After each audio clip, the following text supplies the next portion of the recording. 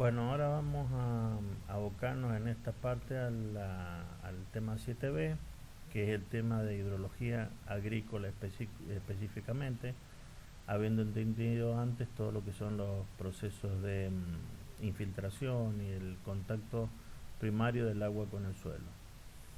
En realidad lo que vamos a ver ahora es cómo se comporta el suelo frente a la posibilidad de ponerse en contacto con el agua y esta interacción suelo, material pulverulento con el agua y cómo se manifiesta esto y qué posibilidades tenemos de aprovechar este contacto para explotarlo agrícolamente. Primero que nada vamos a definir desde hidrología lo que es el suelo, porque el suelo tiene varias definiciones de acuerdo a la acepción a la cual se interesan en estudiarlo. Eh, Cuando de agronomía se refiere, está abocado a la parte edafológica o la edafología, que es el estudio más abocado a la posibilidad nutricional del suelo y el drenaje subsuperficial. Es una expresión más que nada garantizando la parte nutricional de la explotación agrícola. Y en la parte hidrológica nos interesa mucho el origen del suelo para ver cuál es su comportamiento en el tránsito intergranular del agua y por supuesto hasta donde existe contenido orgánico cuyo integrador, cuyo marcador es el nitrógeno, el contenido de nitrógeno. Hasta mientras donde haya vestigios o trazas de nitrógeno, nosotros podemos considerar que hay actividad de tipo orgánica y nos interesa conocer el suelo y su composición desde el punto de vista hidrológico. Nosotros hidrológicamente nos interesa primero que nada separar el suelo, la definición del suelo en tres fases que están perfectamente definidas. Primero es la parte sólida, que son efectivamente materiales identificables, medibles, palpables y que tienen una permanencia en el tiempo de su volumen, a no ser que sean diluidos por el agua en el caso de las sales solubles. El agua, y hay una tercera componente que es aire y vapor de agua, o sea, el aire y el vapor de agua, el aire contiene vapor de agua. No existe la posibilidad de que haya humedad relativa ambiental cero, pero ese contenido de agua no es agua libre, sino que está vinculada a las condiciones de humectación del aire. Por lo tanto, son tres fases bien definidas desde el punto de vista hidrológico y ya lo vamos a ver más adelante por qué motivo es esto. Cuando hablamos de perfil o de profundidad o estudio en profundidad de los suelos, aparecen dos definiciones clásicas que hay que identificar de acuerdo al sector desde donde se lo está estudiando el suelo y a la espera de la respuesta que éste genere de lo que nosotros esperamos de él. Cuando de agronomía de nutrición o de vinculado a la parte productiva se refiere, se habla de perfiles edafológicos o perfiles que van variando con su profundidad, características nutricionales de acomodamiento, de estructura, de textura. Es un perfil que va cambiando características visualmente definibles o no, porque puede mantenerse la granulometría o la sensación visual de que es el mismo suelo y efectivamente cambia las condiciones nutricionales del suelo, las condiciones de escurrimiento intragranular. Y el otro es la definición que le interesa a la parte de geotecnia, que es la litología, o lo referido a la capacidad de resistencia de los suelos para soportar carga o para adaptarse a la producción de descarga sobre el mismo o de mantenimiento en taludes. Es la otra parte, la parte del estudio de las capacidades resistentes de la estructura del tipo y del tipo de suelo a definir los distintos estratos del subsuelo. Esto es de lo que se ocupan los geotécnicos, la parte de estudio de mecánica de suelos, la identificación de los suelos con el objeto de conocer su característica resistente a través de su cohesión, el análisis de su cohesión, de su ángulo de fricción interna, resistencia al corte, ya lo van a ver más adelante si no lo han visto, pero es efectivamente muy interesante. Bien, vamos a ver ahora los factores que influyen a los efectos de la formación del suelo. ¿Por qué nos interesan los factores? Porque hemos dicho que a los efectos hidrológicos es muy importante conocer no solamente la granulometría del suelo, sino otros atributos que consideramos importantes para conocer cómo es el movimiento intergranular del agua y qué posibilidades nutricionales conlleva asociado esta formación. Primero que nada tenemos que saber que todo parte de la roca madre. La roca madre es la iniciadora de esto y define intrínsecamente la capacidad de retención y de aireación de los suelos. Hasta el punto de último mecanismo de división que tenga la roca madre, puede transformarse en una arena estable, en un suelo de origen de tipo limoso, o puede ser una arcilla preconsolidada con mucha resistencia. Bueno, depende de la roca que le dio su origen. No vamos a profundizar en los apuntes, está bastante tratado el tema. Los apuntes les va a servir mucho como para entender y comprender la materia y también para presentarla en el momento del examen, pero cualquier tema de los que vean se puede profundizar con la bibliografía de respaldo que tienen en el programa académico correspondiente. De la roca madre, entonces, ¿qué influencia tiene sobre el tipo de suelo? La capacidad de retención fundamentalmente. La capacidad de retención está muy vinculada a la estructura interna del suelo y a la microangulosidad que tenga la superficie externa del gránulo microscópicamente hablando. Y por supuesto de la aireación del suelo, la facilidad de que el aire escape entre los granos cuando es cargado con agua. Esto permite que haya una relación mucho más directa con el ambiente y un intercambio evaporativo entre el agua del subsuelo y el agua de la atmósfera. Esto está relacionado con una de las pérdidas del agua que se incorpora a veces en riego o que vuelve al ambiente o que vuelve a la atmósfera una vez que ha precipitado, que es el agua que retorna en estado evaporativo. Por eso hablamos recién de que el vapor de agua que se encuentra en el aire no puede ser sumado a la estructura de agua en la fase de agua que tiene el suelo. En segundo lugar, el relieve. Efectivamente, mientras más altura tiene el suelo, su tránsito aún no ha terminado para su estado en equilibrio.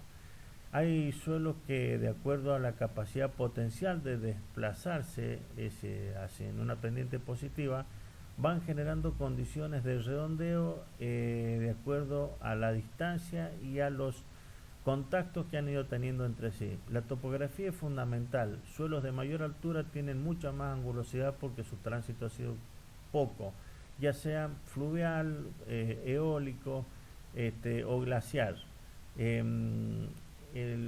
La posibilidad de definir los suelos en base a la topografía nos indica que son suelos con mayor o menor angulosidad y que presentan características diferentes en su agrupamiento, en su estructura.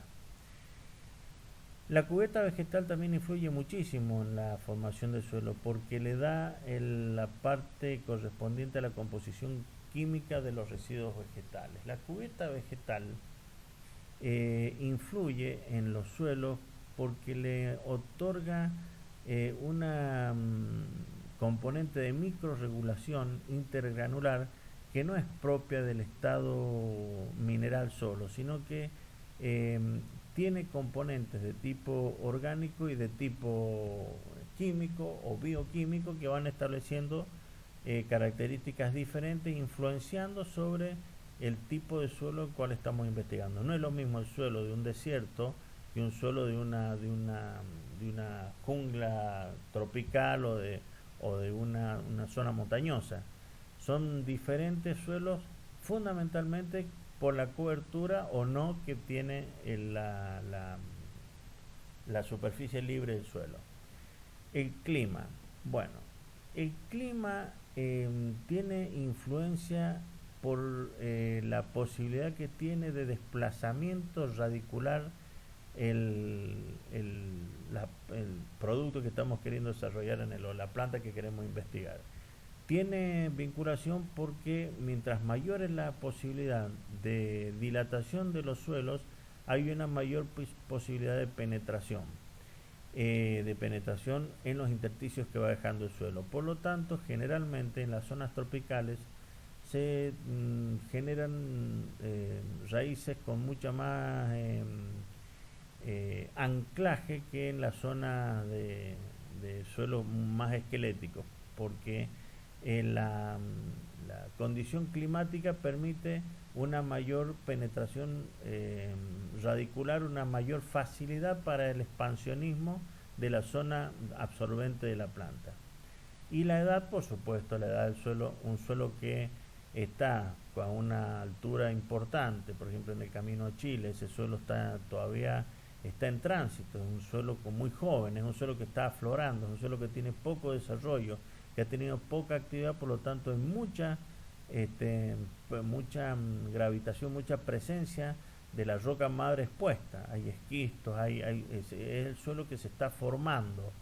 Y en la zona de Buenos Aires, en la zona de la Pampa húmeda, tenemos unas estratificaciones horizontales y suelo muy fino, que generalmente a lo mejor han sido depositados ahí eólicamente, que tienen una estratificación casi perfecta y una composición granulométrica en profundidad muy parecida en toda su extensión. Digamos, se puede extrapolar superficialmente, porque a igual condición de altura es posible que se encuentre igual condición de edad de suelo para un lugar que tenga la misma posibilidad de formación. Estos son factores que influyen en la formación dependiendo de la roca madre, ¿no es cierto? Recordemos que hay roca ígnea, rocas metamórficas y rocas sedimentarias, que serían las principales vertientes de formación de suelo que vamos a tener. Ahí en el apunte sale bastante extenso esto y muy detallado. Para que tengan en cuenta, nomás hay aproximadamente 100.000 tipos de suelos en las distintas clasificaciones que puedan llegar a componerse. ¿Por qué decimos esto? Porque para nosotros es muy importante tres factores. Primero, la granulometría, por supuesto. En segundo lugar, la angulosidad o la característica de la superficie externa granulométrica. Esto para nosotros es fundamental, si está más o menos erosionada. Y en tercer lugar, un factor que influye muchísimo es, como estamos hablando de la parte que nos interesa productivamente en esta hidrología agraria, agrícola, es la posibilidad de que se encuentre material orgánico. Este tipo de variaciones nos permite una gama bastante grande que pueden llegar a ser identificados más o cercano a los 100.000 tipos de suelo, diferente a la clasificación en mecánica de suelo, en donde la tipificación es referida solamente a la capacidad de resistencia y es mucho más claro y definido, porque no se tiene en cuenta para nada la parte orgánica del suelo. ¿Cómo es generalmente la composición del suelo? Recién hablamos de que los suelos tienen tres fases perfectamente identificadas, ahora lo vamos a explicar un poquito más. Cuando hablamos de la fase gaseosa, que es aire y agua en estado de... el agua puede estar de dos maneras en el suelo. Dentro del aire que está en los poros, que no contiene agua, porque el aire tiene vapor de agua. No existe el aire en su componente, tiene oxígeno, tiene nitrógeno y tiene varios componentes dentro de los cuales el mayoritario es el oxígeno, pero tiene vapor de agua. No existe el aire sin componente de vapor de agua dentro de lo que al aire se refiere. Por lo tanto, este aire es el que mantiene el equilibrio higroscópico del suelo. Cuando hay un día muy seco, la parte superior de los suelos provee humedad para equilibrar higroscópicamente la zona de cultivo. Y es un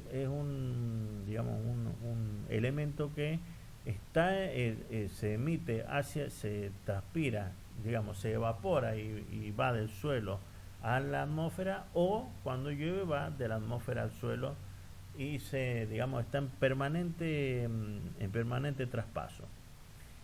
O la otra agua sí, el agua que se encuentra en estado líquido dentro del suelo ya en forma estable, es el agua que se conoce como la humedad del suelo, es el porcentaje de agua que efectivamente es estable, que no se va a evaporar, que se encuentra en condición medible, que se puede llegar a estimar un valor cercano cierto. Es cierto que mientras más temperatura y menos humedad hay, mayor va a ser la profundidad de penetración de la posibilidad evaporativa. Ya lo vamos a ver más adelante. Pero cuando nos referimos al agua, es el porcentaje de agua identificable y, digamos, en condición estable dentro del suelo. Esta es la zona que se conoce como zona de aireación del suelo o espacios vacíos o poros. Después, dentro de los elementos de los sólidos se encuentran los minerales, que fundamentalmente son silicatos y óxidos en superficie, y a nosotros sí nos interesa fundamentalmente la componente orgánica, o sea, la cantidad de nitrato, nitrito, todo lo que sea vinculado al nitrógeno. Donde haya nitrógeno hay actividad orgánica. Por supuesto, el fósforo y el azufre también, el yodo, estos son elementos que están entre el 1 y el 6%. No más de esto, ni nitrógeno, ni fósforo, ni azufre, porque superando el 20% ya pasan a ser suelo orgánico. Esto se encuentra entre el 1 y el 6%, y las variaciones de respuesta que tiene el suelo son fundamentales. Estos son componentes que pueden ser orgánicos libres o estar vinculados a estructuras orgánicas de tipo vivo, de elementos vivos. Muy bien, vamos a ver ahora cómo influyen o cómo contribuyen al suelo los factores para el crecimiento de la planta. Fundamentalmente el suelo es el proveedor de los nutrientes necesarios para el desarrollo de la parte nutricional y el desarrollo productivo de la planta. De la dilución necesaria de los nutrientes del suelo que se encuentran superficialmente provista por el agua de riego o el agua de lluvia. Esto se diluye, ingresa en la zona pilífera de la zona radicular y se transmite hacia toda la planta, generando crecimiento y generando la posibilidad de desarrollar su ciclo productivo normal para entregarnos la parte correspondiente de productiva a la cual estamos haciendo, el motivo por el cual se estudia la hidrología dentro de la parte agrícola. En segundo lugar, tenemos reserva de agua, genera una microregulación entre esta posibilidad de incorporarle agua y que haya parte de esa agua que ingrese por la zona radicular a la planta, otra parte se evapora, como lo vimos en la parte de infiltración, otra parte se va gravídicamente y una parte queda retenida en una zona denominada zona de recambio de riego, o zona productiva, o zona de aireación, que es la zona que se humecta y se seca, entregándole el agua en el tiempo necesario a la planta a medida que va la necesitando. Ese proceso de microregulación o reserva de agua es característico de las distintas granulometrías que tiene el suelo, y deben tener un tiempo necesario para producir la dilución de los nutrientes que hablamos en el primer punto. Las plantas productivas, sobre todo en la zona de secano, no son acuáticas. Esto cuesta que lo entiendan algunos regantes que quieren tener permanentemente bajo agua los cultivos. Esto no es bueno, porque lo que hace crecer es justamente la oxidación de los nutrientes con la humectación y oxidación y la absorción de esa agua, de esos nutrientes, que se produce en una degradación oxidante para la incorporación a la nutrición. Por lo tanto, las raíces no tienen que estar permanentemente bajo agua, sino que tienen que tener alternancia de agua y aire para que pueda oxidarse, y es la zona necesaria que hace que las raíces respiren o tengan oxígeno disponible. y por supuesto le provee el anclaje mecánico para que no sea volteada por un viento o arrancada fácilmente en el caso que no sea este el motivo. Por supuesto hay cultivos que necesitan ser extraíbles fácilmente y tienen características de cultivo específica, el ajo, la cebolla, todo eso que son hojas modificadas, tienen un soporte, tienen muy poco tallo y por lo tanto están muy cercanos a la superficie y esto permite que le alcance ese anclaje para mantenerse estable mientras dure el ciclo productivo. Las propiedades del suelo las podemos definir en cuatro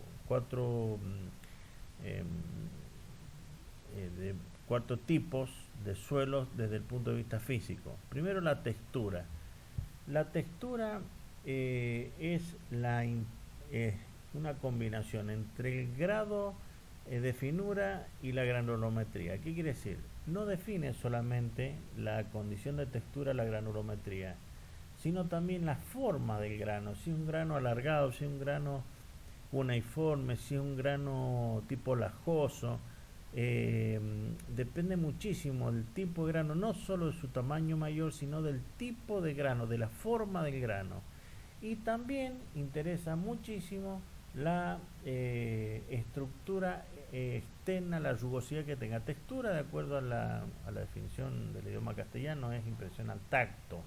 Por lo tanto, a nosotros sí nos importa el grado de angulosidad externo, si es un suelo áspero, si es un suelo crepitante, si es un suelo fino, un suelo suave. Eso nos expresa una información fácilmente mensurable de su estado de redondeo en las caras del suelo. Para esto existe el triángulo de textura y está bastante súper explicado en el apunte y lo solemos tomar mucho porque nos interesa muchísimo porque esta es una característica casi particular de la hidrología agrícola, la textura del suelo. El triángulo de textura nos permite tener una identificación rápida de las condiciones en que se encuentra el suelo para saber si conviene o no la inversión o de qué grado estamos hablando de inversión para la modificación de las condiciones del suelo. Es importante que ustedes conozcan que la textura a los efectos hidrológicos es de una importancia fundamental para avanzar en los estados de preinversión o no, o quedan a veces directamente excluidos suelos para una determinada producción. La estructura. Hay un montón de dibujitos y un montón de fotos ahí en el apunte que están buenísimos, donde un mismo suelo puede tener distintas estructuras. Puede haber estructura ordenada, hay un montón de dibujos que le van a ayudar a ustedes a comparar visualmente las distintas estructuras para identificarlos visualmente a los distintos tipos de suelo. Hay estructuras que facilitan la penetración del agua y otras que no. La densidad. Bueno, la densidad es una particularidad física de los suelos. La real es sin considerar espacio vacío del orden de 2,6 o 2,7 gramos por centímetro cúbico, o sea, serían 2.600, 2.700 kilos por metro cúbico. Y es importante porque hay suelos granulares que tienen mucho peso y al tener mucho peso son muy estables, y otros suelos que son muy livianos y por ahí tienen mucha más vulnerabilidad erosiva eólica. Y ahí está la densidad aparente, que es la densidad en la que interviene la textura, la estructura y el estado de compactación, el estado en el que se encuentra el suelo. Esto aparentemente nos refiere el estado agrícola de soltura que necesita el suelo para ser productivo, está entre 1,1 y 1,6 gramos por centímetro cúbico. Y por supuesto la porosidad. La porosidad hay que tener cuidado, chicos, porque hay una porosidad, una microporosidad y una macroporosidad. No siempre el frente de avance del agua es por todos los granos. A veces tienen líneas preferenciales de avance que se encuentran por algún motivo envolviendo grupos de granos con una estructura definida. Y no siempre la estructura es pareja en toda la muestra. Así que hay un avance, no va un avance parejo, no solo en la microestructura, sino en la macroestructura tampoco. Un acuífero no se rellena en forma pareja y estable como si fuera matemático, ¿no? Hay microporosidades y macroporosidades con zonas bien definidas que se comportan de distintas maneras. La parte química, esto es importante que lo lean bien y que lo entiendan porque nosotros lo tomamos a esto en el examen. hay macroelementos que no pueden no estar en los suelos, a los suelos que se dedican a la parte agrícola. El calcio, el magnesio, el potasio, el nitrógeno, el fósforo y el azufre, esos elementos son macroelementos en los cuales no pueden faltar en un desarrollo agrícola. Y hay otros elementos, son los oligoelementos, los microelementos, que están referidos al tipo de cultivo que vayan a hacer en el lugar en el que han definido qué es lo que van a desarrollar. Esto puede ser el cobre, el manganeso, el zinc, el boro o el molibdeno, son trazas, o sea, hay determinados oligoelementos que debe tener para un determinado cultivo. Si no lo tiene, se pueden llegar a adquirir o a reforzar como con agroquímicos. Se compran para un determinado cultivo. Ustedes van a ver que siempre los agricultores están comprando bolsas de fertilización. En realidad lo que le están incorporando son estos oligoelementos que a veces no tienen en condición suficiente los suelos y deben ser suministrados a los efectos de tener una brotación o un rendimiento más parejo. Recuerden, los macroelementos no pueden faltar y los oligoelementos son los elementos que demandan específicamente los cultivos para su desarrollo, que no siempre son los mismos y nos estamos refiriendo a muy poco porcentaje y que generalmente se refuerzan anualmente. Y por supuesto que en todos los suelos tiene que haber carbono, hidrógeno y oxígeno, y algunas veces en superficie, sobre todo debido al efecto de la evaporación, aparecen trazas de sodio, de cloro, de silicio o de aluminio. Esto es fácilmente encontrable. Muy bien. Bueno, vamos a ver cómo se comporta el agua en el suelo. Tengamos en cuenta que es la vinculación entre un elemento en estado líquido y un elemento estable en estado sólido en condición pulverulento granular. Primero que nada hay que analizar la capacidad de retención. La capacidad de retención está vinculada en cierta forma a la granulometría, pero también al tipo de grano y también al grado de acomodamiento del grano. Van a ver en geotecnia que hay una parte donde van a estudiar una curva que les da la densidad máxima para una humedad óptima. Bueno, eso es para compactar. Nosotros necesitamos que haya una infiltración bastante favorable para lograr en primera instancia la infiltración del agua en el subsuelo para llegar a las zonas radiculares. Es importantísimo evaluar la capacidad de retención que da los espacios intergranulares. Quiere decir que el agua debe entrar con facilidad, pero no debe ser drenada con facilidad. Tiene que tener facilidad al ingreso, pero debe mantener un tiempo prolongado lo más posible para actuar en el subsuelo y obtener la condición de nutrición necesaria para los cultivos. Y en segundo lugar, la circulación a través del subsuelo es de tránsito generalmente descendente por un impulso gravídico, por el peso del agua, pero tiende a buscar siempre la menor energía de desgaste para su condición de avance. Por lo tanto, siempre va a tratar de escurrirse gravídicamente el agua. Las retenciones horizontales tenemos que tratar de ponérselas digamos, de generárselas con el grado de acomodamiento de los subsuelos. ¿Cuáles serían las formas de retención en las que el agua se podría extender el tiempo en el que está disponible para la nutrición de las plantas? Primero, una combinación química con un integrante molecular. Esto es cómo queda retenida.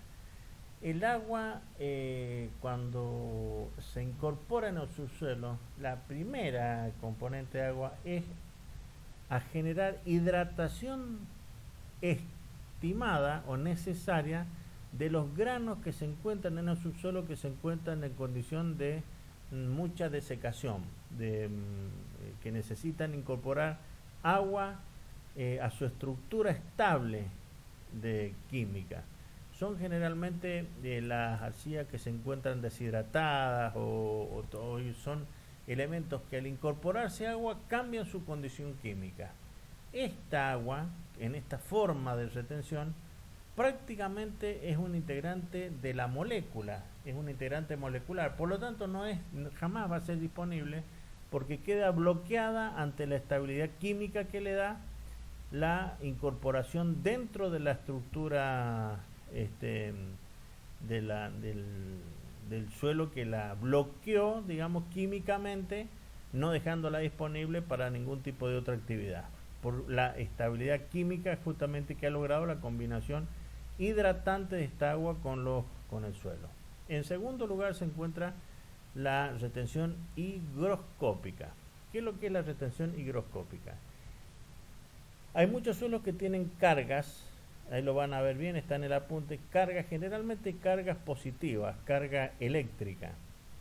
Y en ese caso el agua actúa como un dipolo, o sea, se pone la molécula de agua, se dispone en forma dipolar, porque recuerde que son dos átomos de hidrógeno y uno de oxígeno, que está vinculado atómicamente, pero tiene una carga propia la molécula de agua. Se pone la parte negativa en contacto con la parte positiva del suelo y forma una agua absorbida, con D, absorbida, que tiene una presión altísima porque está vinculada eléctricamente, eléctricamente y a nivel molecular, digamos, a nivel de partícula. La partícula de agua envuelve a ese grano con una fuerza muy potente que le da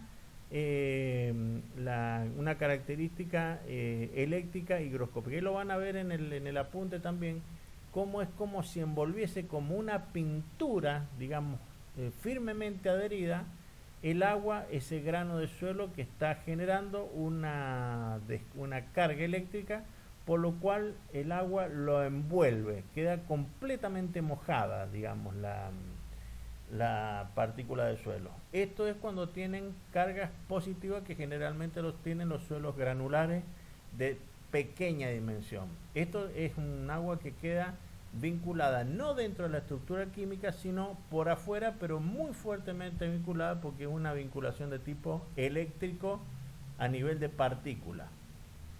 Y por supuesto la presión de mantenimiento en este estado es mucho mayor que la presión de succión radicular. En tercer lugar se encuentra el agua capilar, que es la que se encuentra entre estas dos capas. Entre dos granos que tengan esta capa de agua higroscópica, existe agua capilar, siempre que la distancia entre los granos permita que haya una retención capilar. ¿Qué significa esto? Que la distancia no debe ser mayor que la influencia gravitacional, sino el agua se cae, se baja.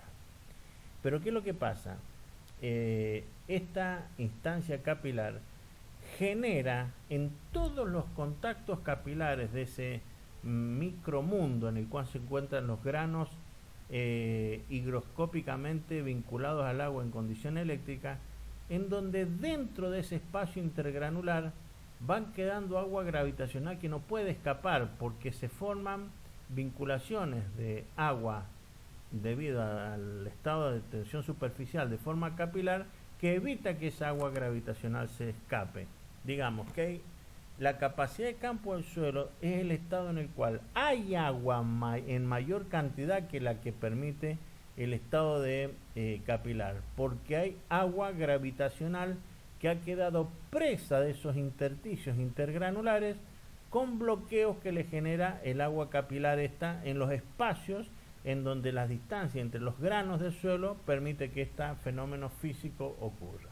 Todo lo que he explicado, que parece complejo, lo van a ver fantástico cuando vean los dibujos de la parte final del apunte al que hace referencia a esta parte de la materia.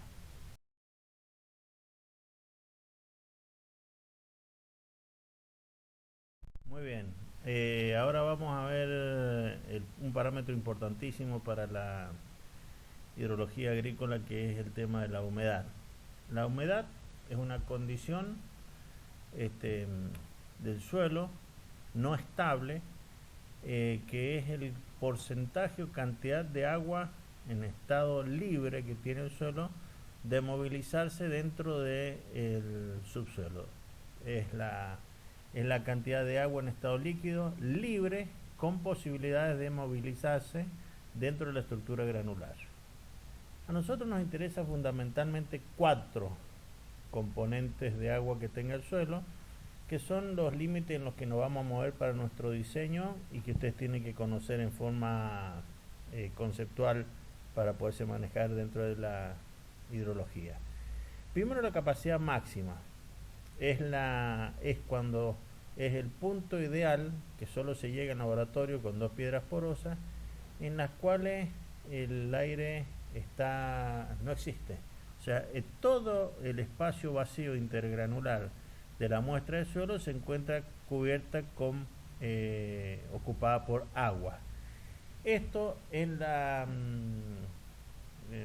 realidad no ocurre nunca en la práctica, porque no existe la posibilidad de que no haya aire dentro del suelo, porque inmediatamente en la interfase suelo-aire se va a hacer una compensación higroscópica, que es ceder parte del agua que se tiene en la porosidad del suelo a la atmósfera en concepto de humedad. No puede tener toda el agua líquida.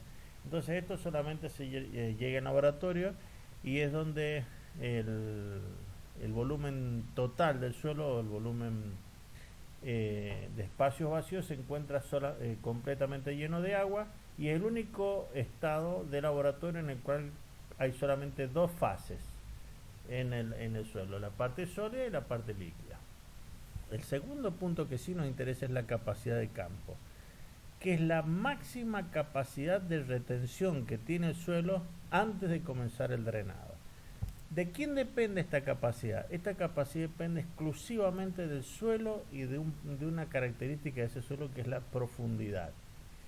Esta capacidad de campo nos indica el tiempo en el cual el agua se mantiene en el espacio intergranular en condición de ser usada para abastecer radicularmente una planta antes de empezar a ser drenado. Quiere decir, antes de que la capacidad gravídica viole la condición de retención que le ofrecen los puntos de contacto del agua en estado de tensión superficial.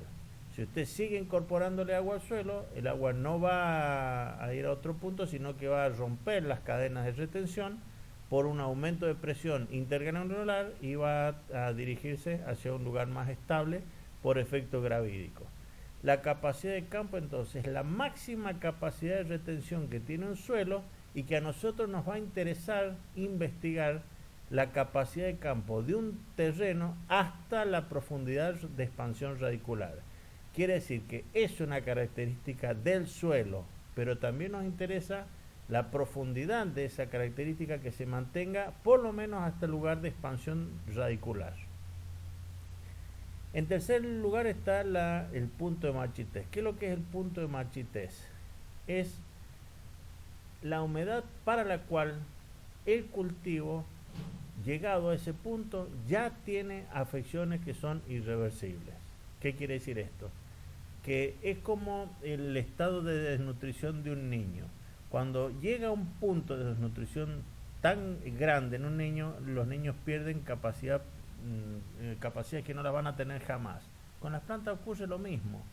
Cuando se llega a un punto de falta de humedad, sin llegar a ser desecación, en la cual la planta no tiene el suficiente flujo de nutrición radicular, se produce en la planta una afectación que va a ser permanente.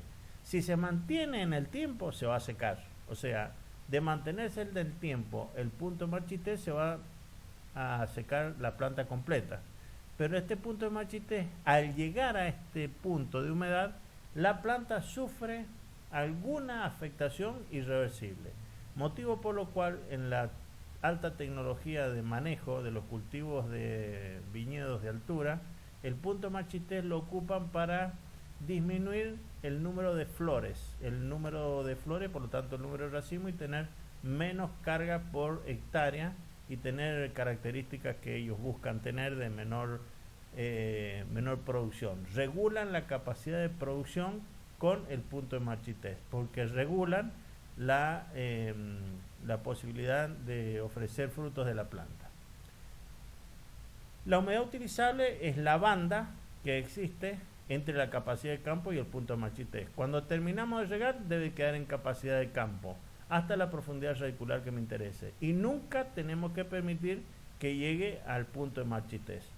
Por lo tanto, la humedad utilizable es entre 2 y 3, pero la humedad fácilmente utilizable, con un concepto conservacionista, digamos, sería de no más de un 75% de la banda de humedad, de la capacidad de campo de esa banda. No llegar hasta cercano a la humedad del punto de marchitez.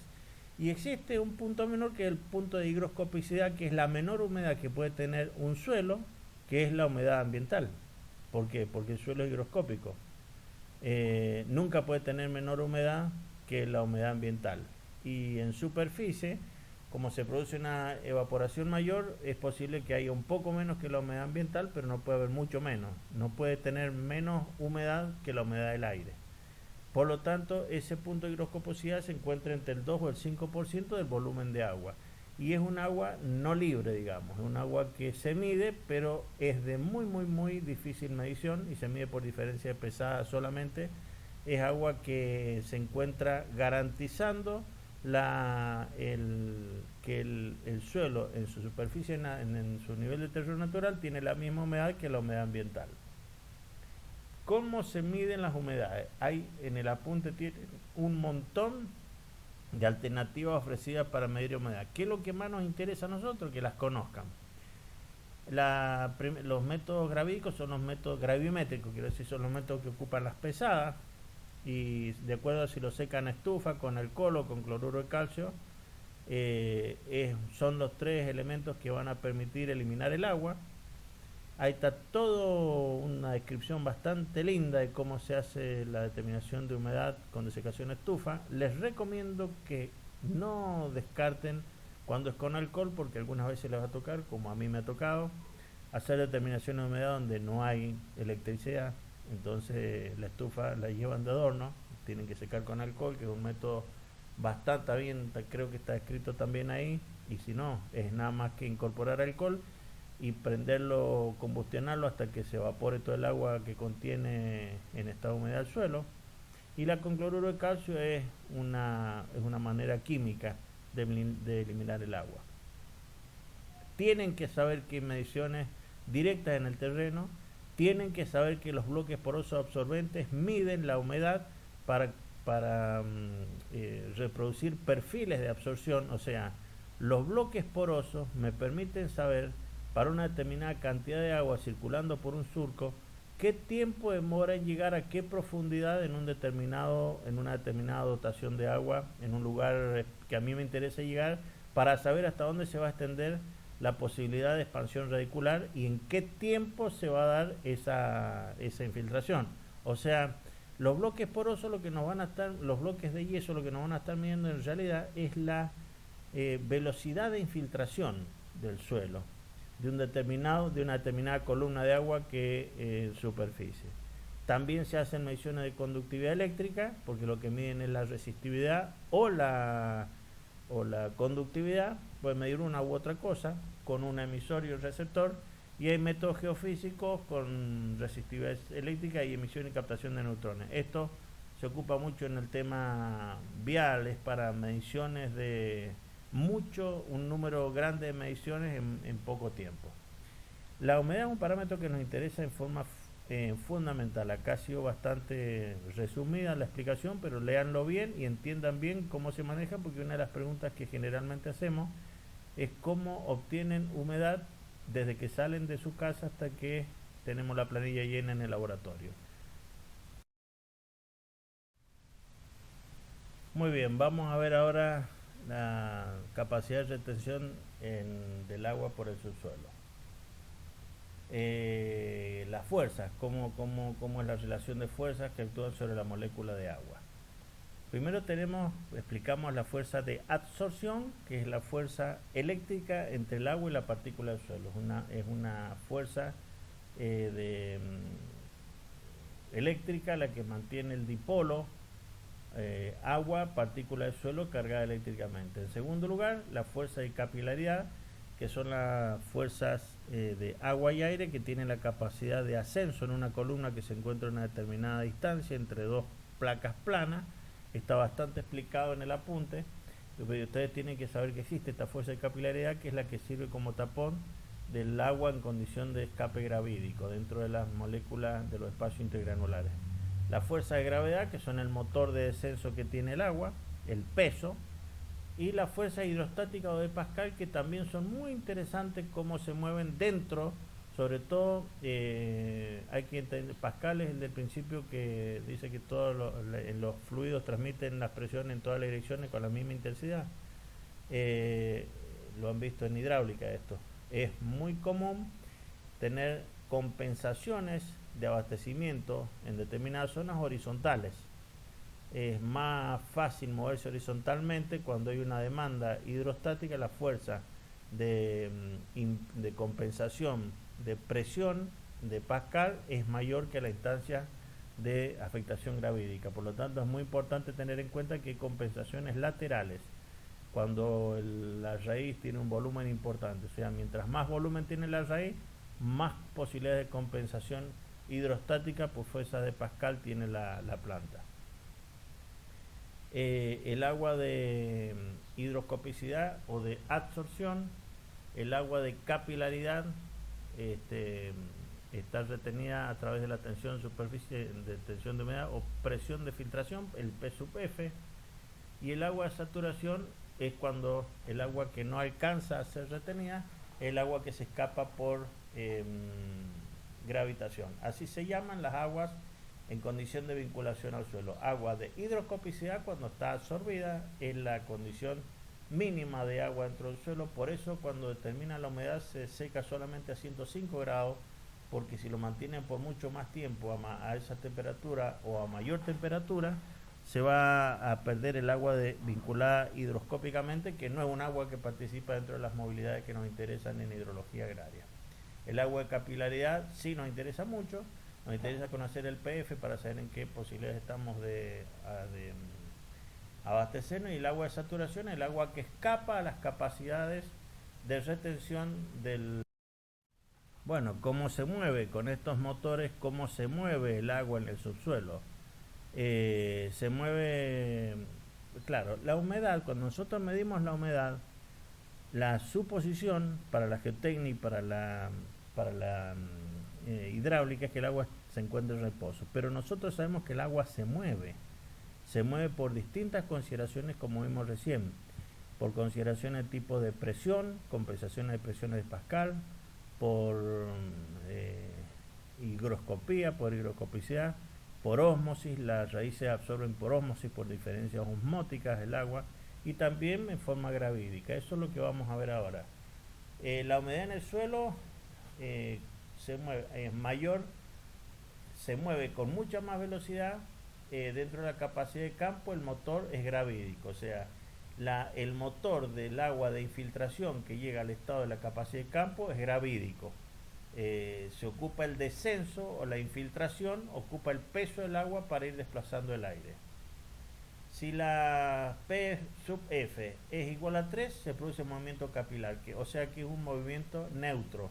Es un movimiento que permite garantizar de que el agua no va a ser afectada gravídicamente. Y cuando es 3,7, el movimiento que se produce es ascensional, o sea, es el movimiento que permite que el agua suba por una columna a través de del P sub F, y se considera en condición evaporativa, o sea que el movimiento es antigravitacional en sentido. Bueno, vamos a aclarar respecto a la filmina anterior que el campo de presión de PF es entre 3 y 7, no es 3,7. Es el rango de la tensión de vapor evaporativa, o sea, la presión de infiltración evaporativa, que no puede retener el agua en el subsuelo. Por lo tanto, en ese rango retorna al ambiente el agua. Muy bien, hablando de agua, vamos a ver ahora algo que para nosotros es fundamental. Esto es parte de una bolilla, esto solo es parte de una bolilla exclusivamente en el curso que se da de agua para riego en los agrónomos. Nosotros lo que tenemos que tener es una idea generalizada de cómo influye la calidad del agua para los distintos riegos. En función de la calidad intrínseca o específica del agua y su combinación con el cuerpo receptor, que sería el suelo que va a recibir el agua. Primero vamos a analizar el agua. El agua no viene agua destilada, solo cuando llueve caen gotas de agua destilada, pero en los cauces de riego el agua es portadora de otros elementos que son ajenos a la pureza molecular atómica del agua, que son dos átomos de hidrógeno y un oxígeno, sino que trae en dilución otros elementos que mientras están en estado de indefinición óptica, o sea que no se pueden identificar visualmente, son elementos en dilución. Generalmente estos elementos son sales salinas solubles que se encuentran en una solución en donde el soluto es la sal y el solvente es el agua. Quiere decir que el agua trae elementos en dilución que varían la condición química de base del agua, sino que trae elementos incorporados a la molécula de agua en dilución. También trae elementos en suspensión. ¿Cuáles son estos elementos? Los que no alcanzan a diluirse totalmente, o sea que no desaparecen como fase, que no se fusionan a la fase líquida, sino que mantienen su independencia física en condición de cuerpo, de elemento sólido. Estos elementos de suspensión son los que van desde los materiales de arrastre de fondo, que son arena o material rocoso, elementos, piedras de fondo, elementos gravosos, hasta la suspensión que le da la turbidez al agua. El agua no tiene colores incoloras, es insípida en estado natural, en estado de contacto con la superficie terrestre, pero inmediatamente empieza el escurrimiento, empiezan los aportes de suspensión, que son los que le dan la turbidez, que no llegan a un estado de dilución, sino que manteniendo su condición físicamente estable de sólido, se mantienen desde un estado de no decantación, porque la fuerza Stuck no los lleva a decantar, hasta los elementos de arena que decantan en el tránsito. Y hay elementos de transporte que no solamente son elementos de transporte rocoso, gravoso o arena o elementos de suspensión, sino que también el agua transporta elementos orgánicos. El agua, cuando en los arroyos de colección hacia las zonas de captación va erosionando marginalmente, tiene aportes de tipo orgánico, que son plantas que le incorporan un importante contenido nutricional, y a veces esas plantas, cuando son de tamaños importantes, generan un transporte de materiales flotantes que hay que eliminarlos antes que ingresen a la zona del riego. O sea que el agua también tiene elementos de transporte que le van cediendo condiciones particulares al agua.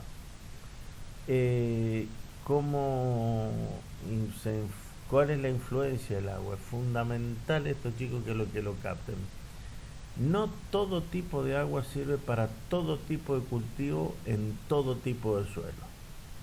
Así como nosotros nos preocupamos en analizar el tipo de cultivo, el momento en que se lo planta, la curva de demanda, la evapotranspiración, todo lo que estuvimos viendo de cómo el cultivo va demandando agua, el suelo también es un receptor de esa agua que debe contener los nutrientes en tiempo y forma para entregárselos a los cultivos. O sea que el agua que reciben los predios diseñados para el cultivo productivo tiene que tener un agua que sea capaz de diluir los nutrientes del tipo de suelo que tengamos para abastecer las demandas nutricionales del tipo de cultivo que tenemos. ¿Entienden? Hay tres variables. La variable que es el cultivo, que es quien demanda, la variable del suelo, que es lo que tenemos en el suelo con los macro y microelementos, y el agua, que tiene que diluir los elementos nutricionales para que los capte el cultivo. Entonces aquí aparecen algunas consideraciones a tener en cuenta. Primero, respecto a las sustancias en suspensión, haciendo un zoom sobre esta sustancia, digamos, que vimos arriba como elemento de suspensión, esos elementos de suspensión pueden ser arcillas o limos. ¿Cómo influyen las arcillas o los limos como suspensión en el agua de dotación de riego a los cultivos? Las arcillas o los limos generalmente no se decantan, porque la arcilla no se decanta directamente y el limo a veces tiene peso suficiente para decantar. Se decanta primero porque tiene una condición de menor plasticidad y de menor peso específico. La arcilla y el limo, cuando empiezan a incorporarse al riego, al producirse la primera infiltración, estos elementos colmatan los poros superiores del terreno natural. Entonces van generando una impermeabilización progresiva de los espacios intergranulares de la infiltración que nosotros llamamos infiltración primaria. O sea, quedarían tapando los poros necesarios para que continúe la infiltración. Entonces, por supuesto, empieza mucho más rápidamente la precipitación efectiva, que le llamamos cuando llueve, o el riego efectivo cuando deja de infiltrarse.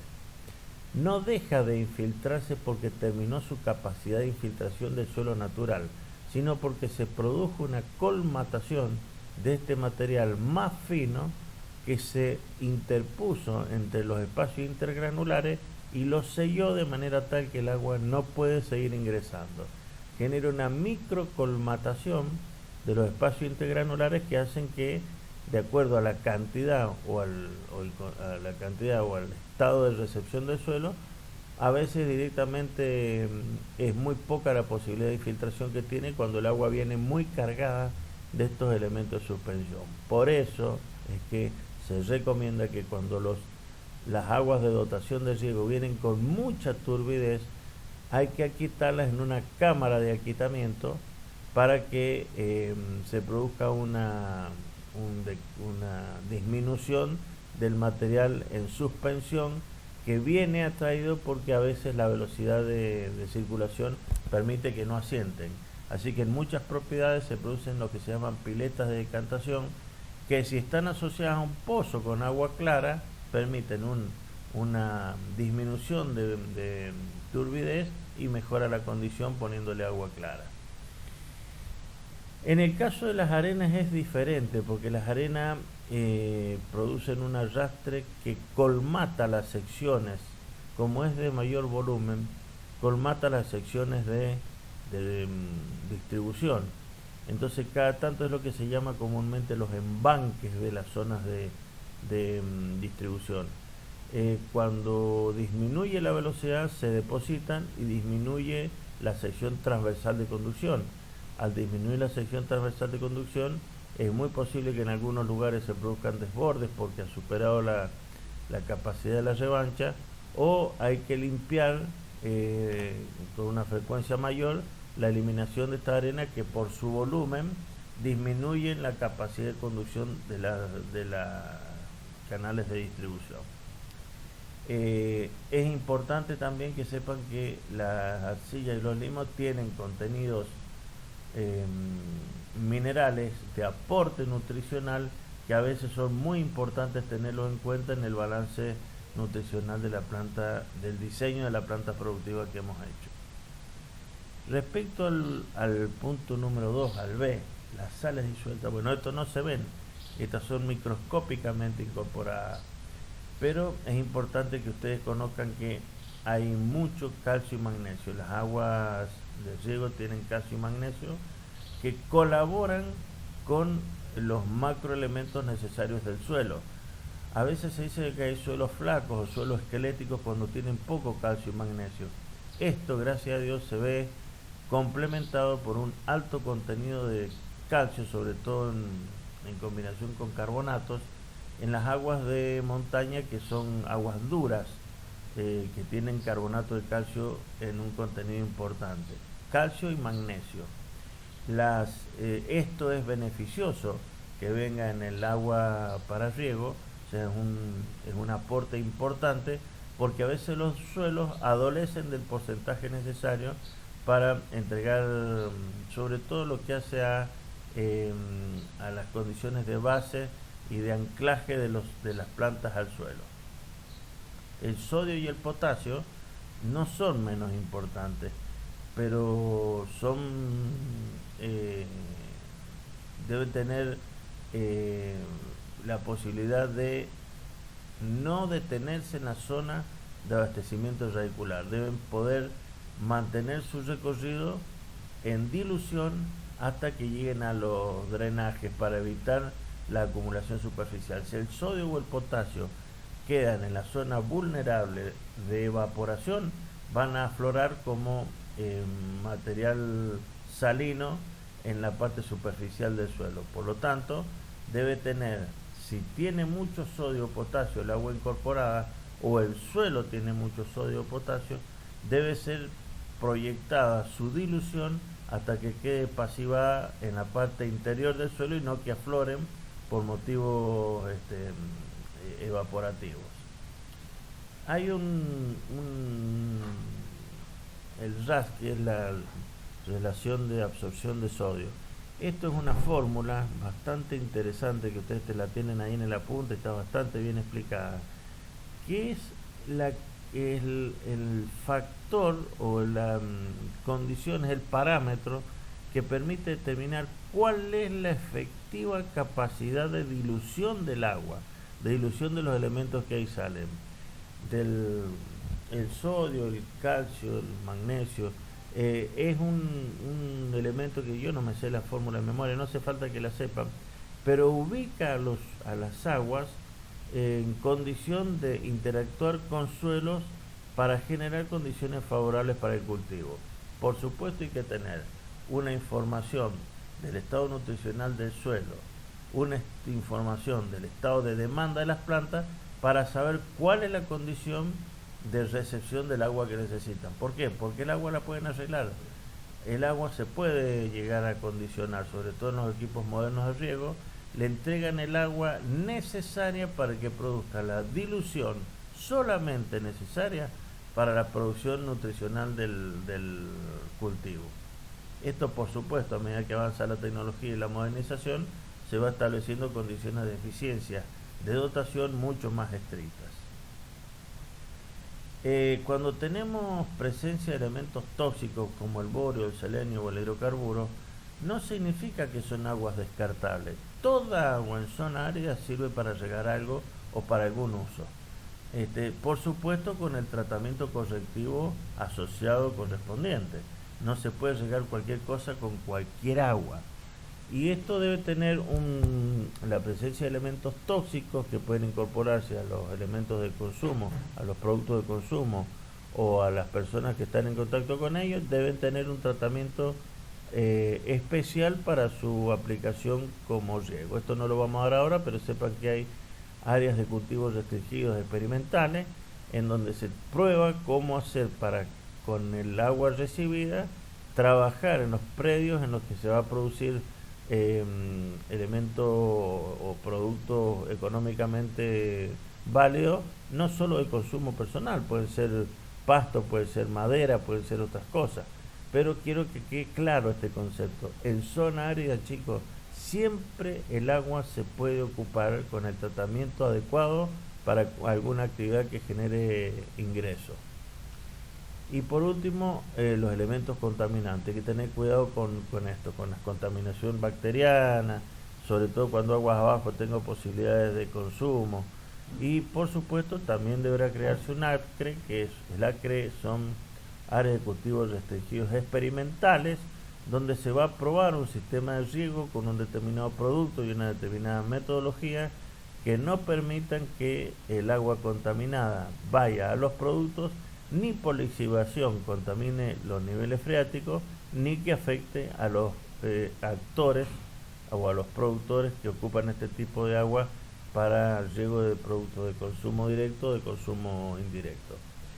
Como para finalizar este capítulo, quiero decirles que toda agua sirve para algo, que con el tratamiento correctivo toda agua que llega a una zona, sobre todo árida, debe ser tratada y debe ser diseñado su uso para obtener una posibilidad de desarrollo económico, porque es la única variable que no podemos ni comprar, ni emitir, ni imprimir, ni nada. Es el agua que hay, es la que tenemos, y es una obligación de la ingeniería civil indicar cuáles son los parámetros y cuáles son las líneas a seguir para obtener el mejor uso, más eficiente del agua que nos toca manejar.